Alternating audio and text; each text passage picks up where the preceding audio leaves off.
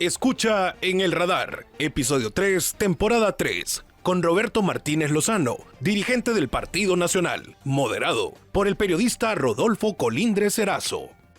Elimina los 5 tipos de dolor con Iboprodol Ultra, fórmula única.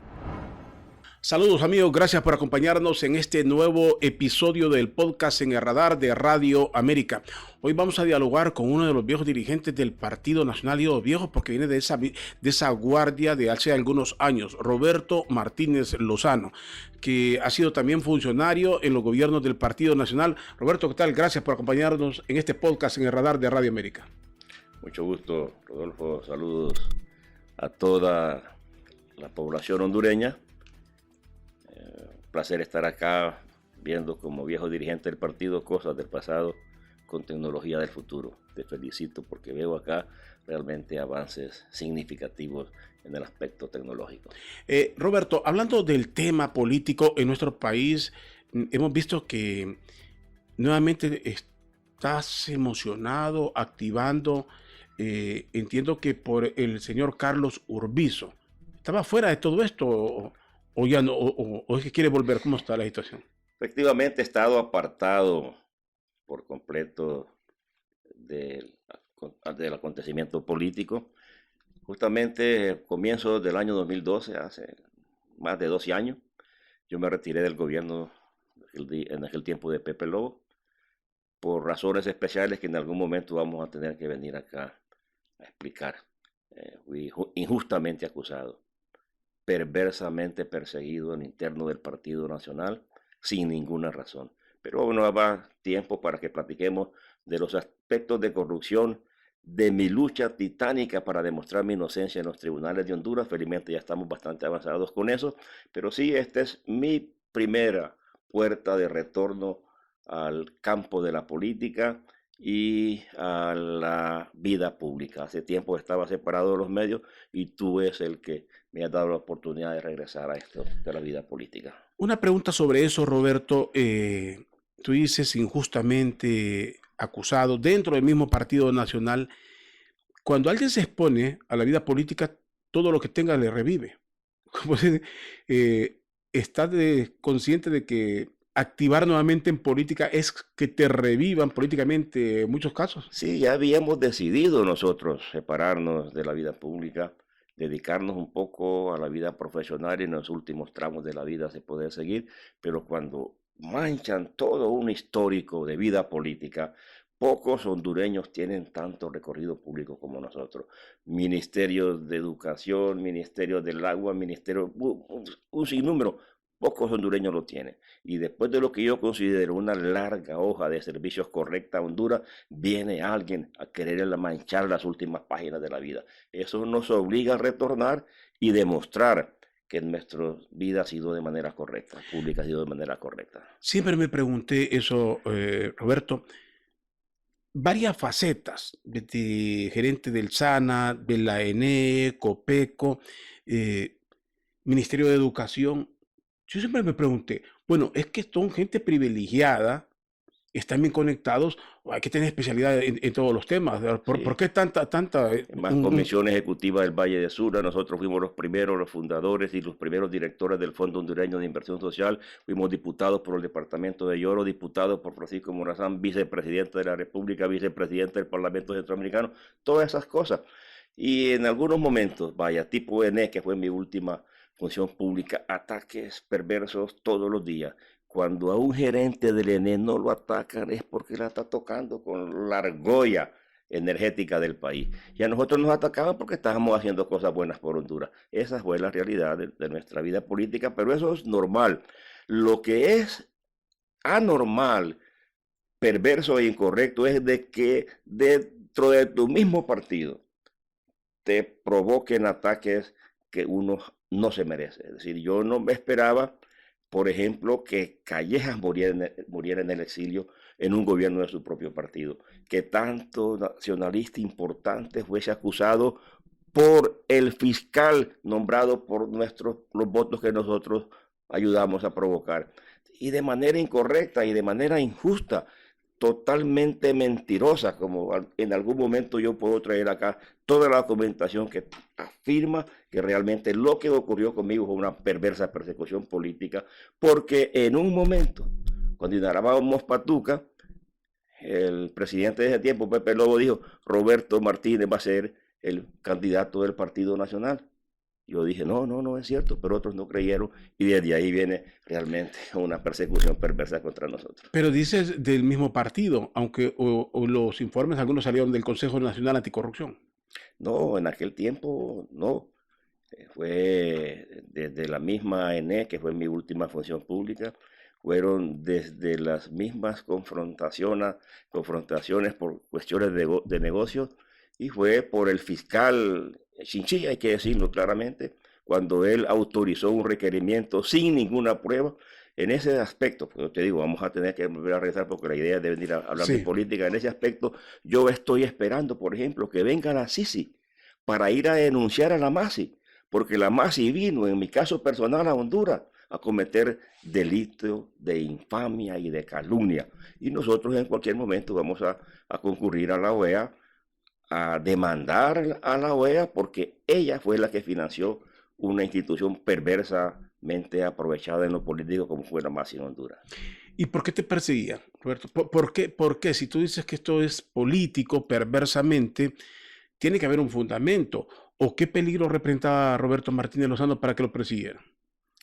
Yo tengo una estructura de amigos nacionalmente establecida. Todavía nos hablamos. Algunos ya murieron, sus hijos siguen con nosotros, y eso es lo que le tenían miedo. Tenían miedo a que yo fuese de verdad ciertamente candidato del Partido Nacional en aquel momento, y ellos estaban involucrados en un continuismo que le ha hecho mucho daño al partido y consecuentemente mucho daño al país. Solo dime esto, porque me dices en otro momento vamos a ahondar sobre el tema. Esto de los cachiros y que diste negocios, nunca ¿te diste cuenta que eran cachiros o con quienes dialogabas en eso? Yo te lo afirmo fehacientemente, sin titubeos, sin falsificaciones en los labios. Jamás los cachiros tuvieron un contrato de energía con nosotros. Pudieron haberlo tenido por desconocimiento, pero la verdad es que nunca nadie firmó de ellos un contrato con nosotros de energía. Sí. Ahora, Roberto, si te perseguían y ahora vuelves, pero ya no, en algún momento era Roma, y decían, todos los caminos conducen a Roma, recordamos esas campañas, pero ya no conducen a Roma, Roma ya sigue a otros, Roma ya no quiere aspirar a la presidencia, ni ningún cargo, ¿qué? Bueno, ahora estamos en un movimiento político nuevo. Somos el coordinador general involucrado en algo que nos gusta bastante, que es el descubrimiento del nuevo talento político. Bueno, podemos recordar, Juan Orlando Hernández nace con nosotros. Él fue diputado en el movimiento de nosotros por primera vez en el departamento de Lempira. Mauricio Oliva era nuestro candidato alcalde por Choluteca. César Castellanos nació, se hizo alcalde con nosotros, y te puedo hacer una radiografía muy larga de Ricardo Peña, diputado por Ocotepeque, un montón de gente, Gillian Guifarro en Olancho, Gladys Aurora, comenzaron con nosotros. Provocamos una nueva regeneración democrática en el partido. Entonces estamos interesados en lo mismo, porque vemos en el candidato que apoyamos, Carlos Solís, a un hombre con bastantes años, pero interesado de rodearse de gente nueva. Bueno, y cuando descubrieron a Juan Orlando Hernández, ¿lo habían estudiado bien? ¿Sientes que el producto fue bueno o fue malo al final de cuentas? Fue un buen recurso. Es decir, joven, dinámico, con una enorme capacidad de convencimiento, leal en los momentos en que estuvimos amigos, pero después vino el poder a arruinar el destino de una persona que para mí fue correcto en sus inicios. La reelección fue una obsesión por el poder que complicó las posibilidades electorales del partido, y desde ahí comienza pues a desviarse el comportamiento de un hombre que para mí tuvo, cuando lo conocí, calificaciones excepcionales. Yo no sé lo que pasó porque yo Yo, a pesar de que era uno de sus más cercanos, me aparté de la cercanía con él. Y después, pues, viene lo que todo el mundo conoce. Ojalá le vaya bien. ¿Por qué te separaste de Juan Orlando en aquel momento? Yo me separé del gobierno y consecuentemente también de la política y de él. Cuando me separé del gobierno quise dedicarme al ejercicio privado de mi profesión como ingeniero. Pero no eran problemas directamente. Roberto Martínez Lozano se separa de ese gobierno de Juan Orlando Hernández por los conflictos que estaba enfrentando ya legalmente o por diferencias con Juan Orlando. Yo me separé del gobierno de Pepe Lobo. Ajá. Yo solo tuve unos pocos meses en el gobierno de Pepe Lobo. Con Juan Orlando no trabajé ni un día. Yo no fui empleado ni funcionario del gobierno de Juan Orlando, ni siquiera un día, a pesar de que fui una de las personas que más colaboré para que él tuviera una carrera política muy importante. Me separé de él, bueno, porque quería volver a mi profesión de ingeniero. Pero cuando voy al colegio a actualizarme, y yo todo estaba bien, de repente vienen las acusaciones y a vos te cierran la banca. Una persona tan acusada por corrupción no tiene posibilidades profesionales, te impiden salir del país y realmente los daños económicos, morales y políticos son de dimensiones incuantificables, y esas son las razones por las cuales yo me retiro del gobierno, de la política y de la cercanía con Juan Orlando. ¿Cómo te sientes ante la gente? ¿Sientes el peso de que la gente diga, este es un corrupto, es uno más del Partido Nacional? ¿Sientes así? No, jamás me agacharon la cabeza. A mí, cada vez que me atacaban, yo salía a dar la cara y a defenderme. Lo que más me encantaba cuando iba a los juzgados, que eso ya se resolvió, los jueces por unanimidad determinaron que nosotros éramos inocentes. Lo que más me gustaba era encontrarme con la prensa y justificar mi posición. Yo sigo siendo el mismo que les decía, aquí tienen dos manos limpias, aquí está una conciencia tranquila y aquí está una cabeza lista para gobernar Honduras. Eso les decía yo en mis tiempos de joven. Y ahora igual, yo no tengo por qué esconderme de nadie. Jamás, a pesar de que fui hasta vicepresidente de Honduras, nunca en mi vida he usado un guardaespaldas. Nunca he andado ni con carros del gobierno, ni nada. Detrás de mi espalda yo puedo ir a cualquier lugar de Honduras, cualquier lugar de la noche, sin ningún tipo de preocupación. ¿Y tu familia cómo se siente? ¿Alguna pena ante el vecino, ante la sociedad? Porque las manchas generalmente quedan ahí. Hay gente que no escucha la otra parte. Claro, molestas. Es decir, el daño psicológico es colectivo. La familia es la que más sufre, los amigos también sufren. Uno que es político, esto no termina jamás de explicarlo. Siempre hay gente, y sobre todo los opositores, en lo general y en lo interno, que están ahí hurgando ese tipo de temas. Por eso es que voy a dar otra vez la cara, por eso es que he salido con este movimiento nuevo, porque estamos queriendo rescatar. El movimiento se llama Rescate y Transformación. Rescate porque queremos que el partido regrese a destinos correctos. Sentimos que el partido está profundamente equivocado. El partido está equivocado y mucha gente considera que el Partido Nacional no debería de gobernar. No sé si has escuchado, mucha gente dice que el Partido Nacional debe de pasar unos cuantos periodos para que vuelva al poder, porque quedó muy marcado con la corrupción y el tema del narcotráfico. Al final de cuentas los envolvía a todos, aunque no todos estén involucrados. Sí. Yo creo que el partido más grande de Honduras sigue siendo el Partido Nacional. Nosotros tuvimos 1.240.260.000 votos en la elección pasada. Es decir, la dureza del Partido Nacional en función a militancia no la tiene nadie. Entonces, las posibilidades son enormes para ganar. Solo tenemos que hacer una sola cosa: no equivocarnos de candidato presidencial, porque este país y esta militancia en su mayoría no quiere seguir con los mismos. Los mismos arruinaron las posibilidades del partido en la última elección, y si no hacemos cambios para presentar una oferta electoral realmente diferente, nosotros comprometemos nuestras posibilidades electorales. Bueno, en algún momento era Narri por aquí, Narri por allá.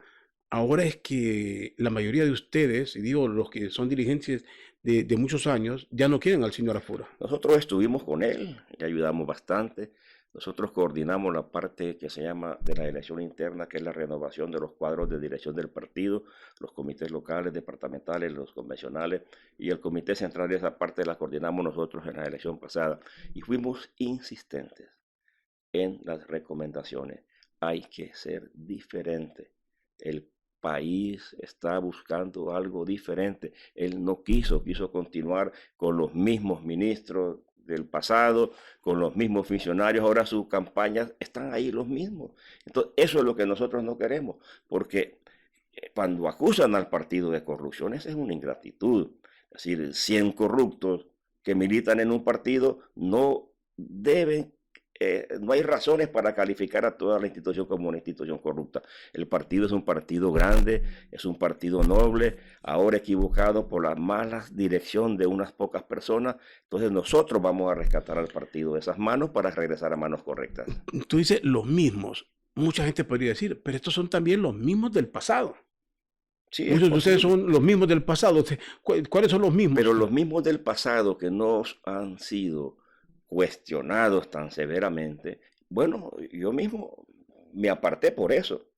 Me aparté porque estaba siendo cuestionado, injustamente cuestionado, ingratamente afectado. Entonces, mientras no aclare mi situación judicial, yo no califico para estar en posiciones. Yo anduve mucho en la campaña pasada, pero allá detrás, a escondidas, porque sabía, y eso tenemos que hacerlo, pero estos no, estos los acusan, los reacusan, y ahí quieren siempre figurar. Los mismos funcionarios, los mismos diputados quieren ser reelectos, los diputados, los alcaldes que huelen a bolsa solidaria, están ahora queriendo, bajo la inspiración de una promesa de nueva bolsa solidaria, seguir ostentando posibilidades políticas. Y esas son las cosas que protestamos, contra eso estamos, y por eso que queremos que cambien las cosas en el partido.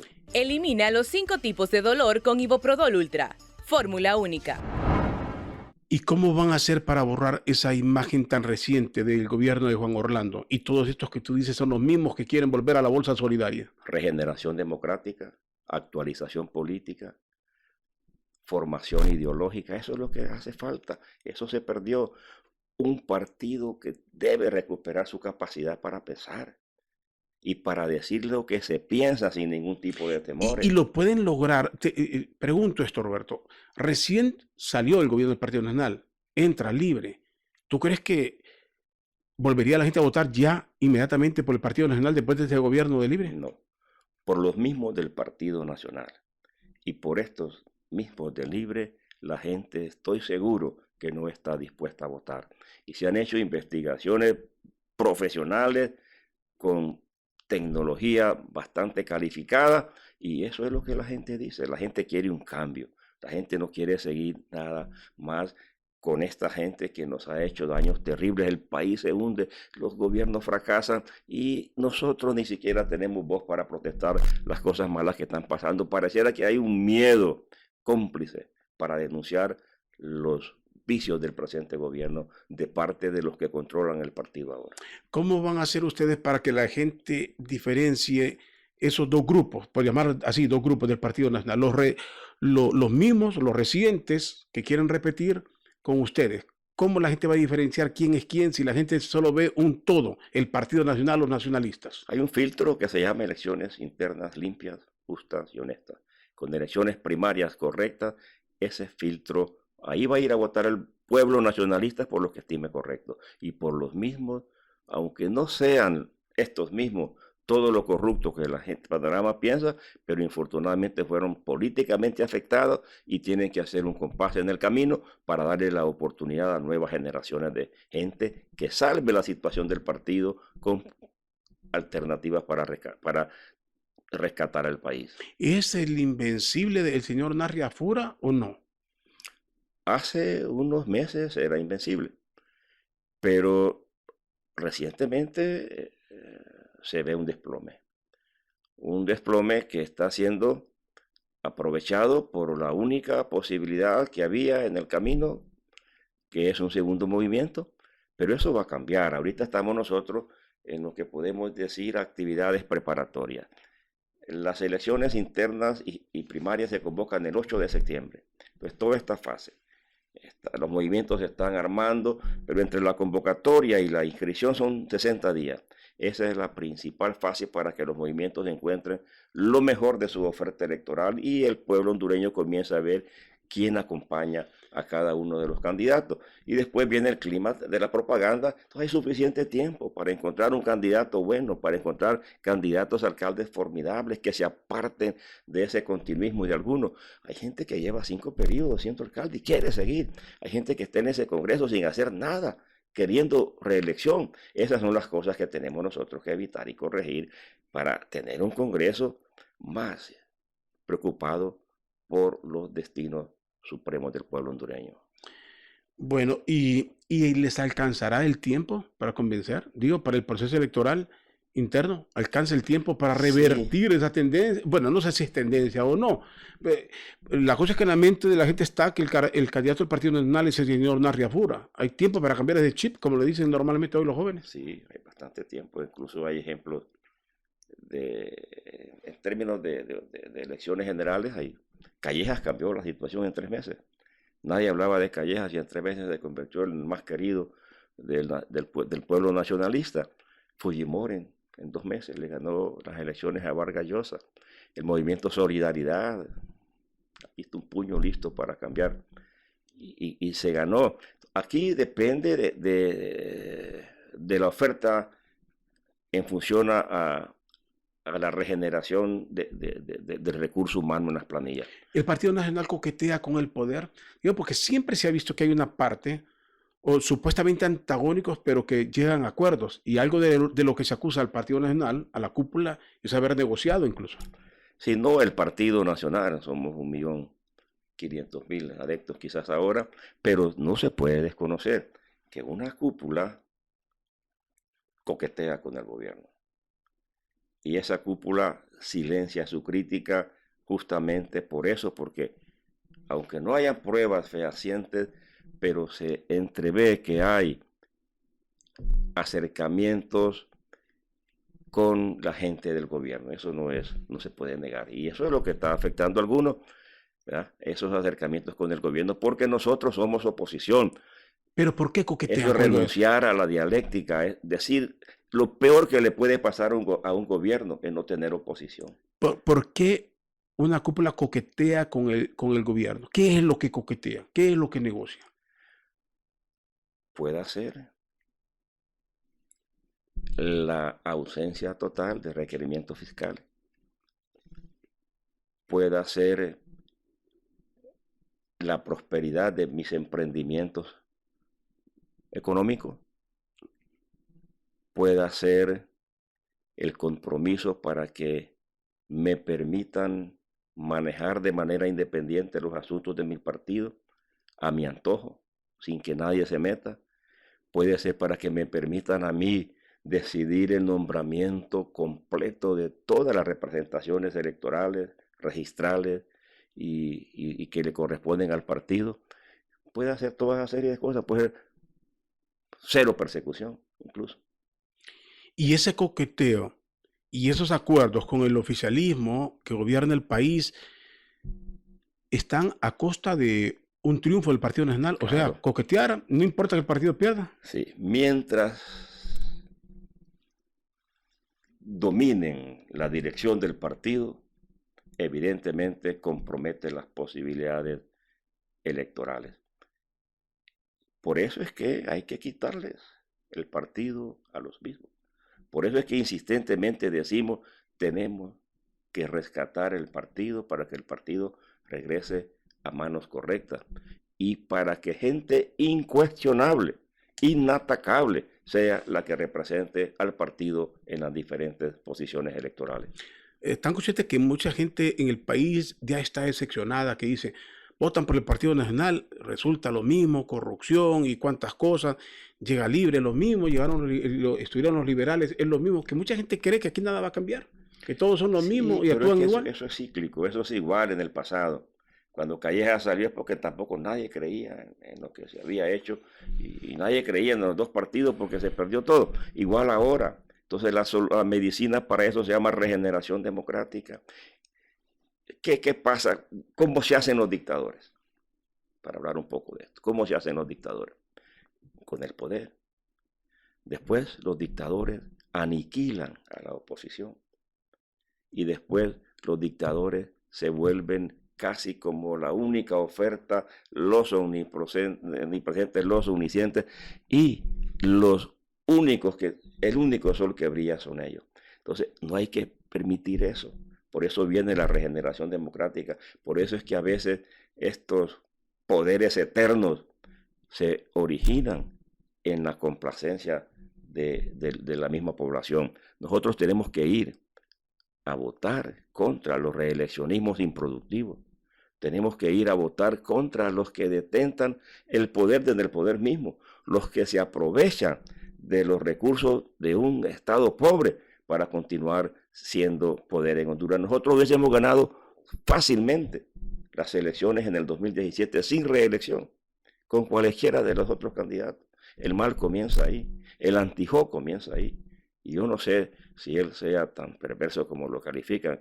Yo estimo que no y espero que no. Bueno, pero está condenado, y no por la justicia hondureña, está condenado por narcotráfico y por la justicia de los Estados Unidos. Sí, pero con algunas tremendas severidades. Yo veo a gente metida en ese vicio con características más fuertes, que son inclusive retornados. Hay un famoso mexicano que lo regresó al partido. Creo que ese tipo de cosas deben juzgarse aquí en Honduras, y por eso es que yo, a pesar de que te dije que estaba esperando que viniera la Sisi para que usara la MASI, creo que lo peor que le puede pasar a Honduras, porque eso es renunciar a soberanía, se llama traer a la Sisi. ¿Sabes por qué? Porque el país que no puede producir su propia justicia es un país imperfecto.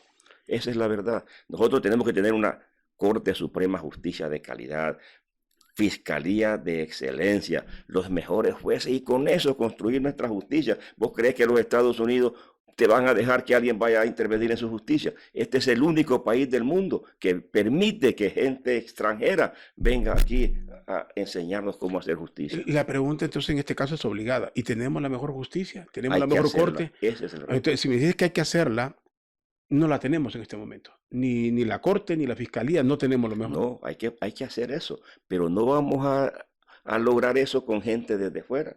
Es posible que venga desde fuera mejor tecnología, que se puede hacer con tecnología, una lucha frontal contra la corrupción, pero si nosotros no hacemos eso, y eso comienza por la política, por el mejoramiento de la actividad política. Yo aprendí mi definición de política siendo un jovencito allá en un colegio de Blanchito de secundaria. La política como ciencia y como arte es la ciencia transformadora y fecunda. Tú cuestionas esto de que se pida la Sisi, sería lo peor, pero todos hablan de eso. La gente de tu partido, la gente del gobierno, la gente del Partido Liberal, o todos son hipócritas. Son hipócritas porque politizan la justicia. Son hipócritas porque lo dicen con un fementido propósito político. Son hipócritas porque creen que con eso van a lograr reelecciones.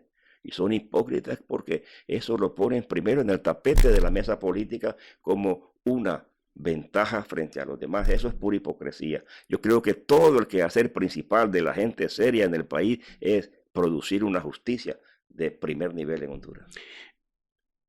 Y si lo ponen ahí, entonces la Sisi, MASI, como se puede llamar, se prestan al juego político hondureño.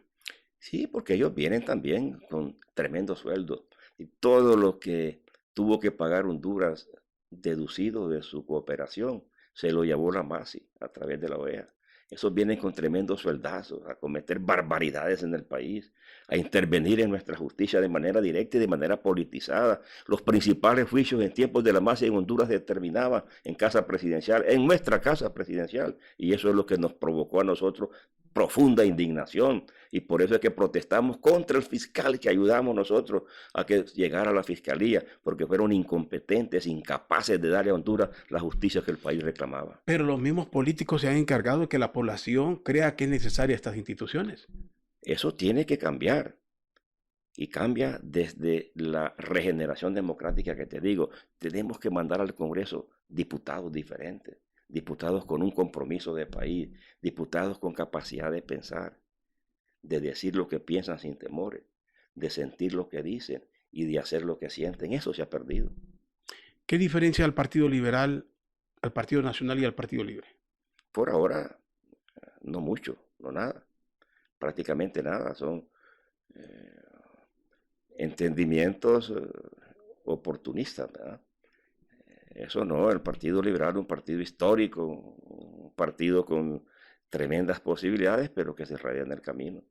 Se raya en el camino y sin militancia, sin lealtades, importa candidatos porque no los encuentra en su propia institución. Y eso significa el olvido, sin que yo quiera meterme en asuntos privativos de otros partidos, pero cuando uno importa militancia es porque descuida su propia militancia. Sí. ¿Y Libre? ¿Libre qué es lo que decepciona? Va por los mismos caminos, va por los mismos rumbos, casi los mismos defectos que se han dado en los últimos años están ahí perfeccionándose en el camino. Es decir, una corte electa con los mismos procedimientos tradicionales. ¿Está en peligro el país de caer en una izquierda radical o no? ¿O en el comunismo, como se dice, o no? No, eso del comunismo es puro cuento también. Aquí no hay comunismo, no hay socialistas, aquí lo que hacen son oportunistas, negociantes de primera. Estos no son ideológicamente nada. Eso es el aprovechamiento de doctrinas, pero lo que sí hay son caciquismos, dictadores o aspirantes a dictadores interesados en el poder eterno, en ser siempre las mejores opciones, no importa que tengan políticas sin escuela, no les importa tener una política en donde tengamos políticos académicamente formados, no les importa ni lo mejor para el país. Es decir, yo creo que hay que cumplir algunos requisitos básicos para ser diputados, para ser alcaldes, para ser presidente. Aquí no les importa nada. Entonces han jugado con el pueblo hondureño, vendiéndoles la idea de que, viene el comunismo, la derecha, la democracia. ¿Se está jugando con el pueblo? Sí. Para mí, sí, eso no es ningún peligro. Y es decir, posiblemente sea más de izquierda yo que muchos de ellos. Que ellos no me da pena. Yo vengo de los movimientos de izquierda de la universidad. Yo vengo, pero estos arriba no tienen ideología, ni siquiera partido político. Arriba lo que hay son entendimientos para aprovecharse del poder. Bueno, finalmente, Roberto, de momento se va a activar Roberto Martín de Lozano para que llegue el señor Carlos Urbizo, logre su objetivo como candidato y que llegue a la presidencia, pero Roberto Martínez, mientras tenga algo pendiente con la justicia, no va a aspirar a nada. No, yo me retiré de los cargos electorales y los pendientes con la justicia ya están bastante también resueltos. Voy a aspirar a que el partido tenga lo mejor de la gente en sus comités locales, que tenga lo mejor de su militancia dirigiendo las presidencias y los cuerpos de los comités departamentales, y que los convencionales del partido lleguen gente como los convencionales que tuvimos antes, con una capacidad deliberativa como poco. Ahora eso se ha perdido. Esos son los... Y para que al partido traigamos una nueva generación de gente como consecuencia de un esfuerzo electoral. No queremos jóvenes que de la nada salgan y se les ponga para arriba, allá en las más elevadas posiciones de la función pública, solo para hacer realmente negocios y dinero. Solo así, concretamente, ¿esa lucha es fácil o no es fácil? Digo, ¿qué se mueve para que se mantenga el status quo en el Partido Nacional o se den los cambios? ¿O la lucha es verdaderamente democrática? ¿Se puede en una convención o algo hacer los cambios? Es dificilísima. Y es dificilísima porque hay involucrado, por ejemplo, voto de coacción, y porque hay involucrado amenazas y peligros. Los dictadores casi siempre se sostienen con el miedo que le meten a la gente. Y eso es un gran reto, eso tenemos que cambiarlo. Roberto, gracias por acompañarnos en este diálogo aquí sobre política en el podcast en el radar de Radio América. Mucho gusto, muchas gracias. Roberto Martínez Lozano, un dirigente del Partido Nacional, nos acompañó en este episodio del podcast en el radar de Radio América. Gracias a todos por habernos acompañado y los invito para el próximo episodio. Elimina los 5 tipos de dolor con Iboprodol Ultra. Fórmula única. Encuéntranos como Podcast Radio América HN en Spotify, Deezer, Apple Podcast y en nuestra página www.radioamerica.hn.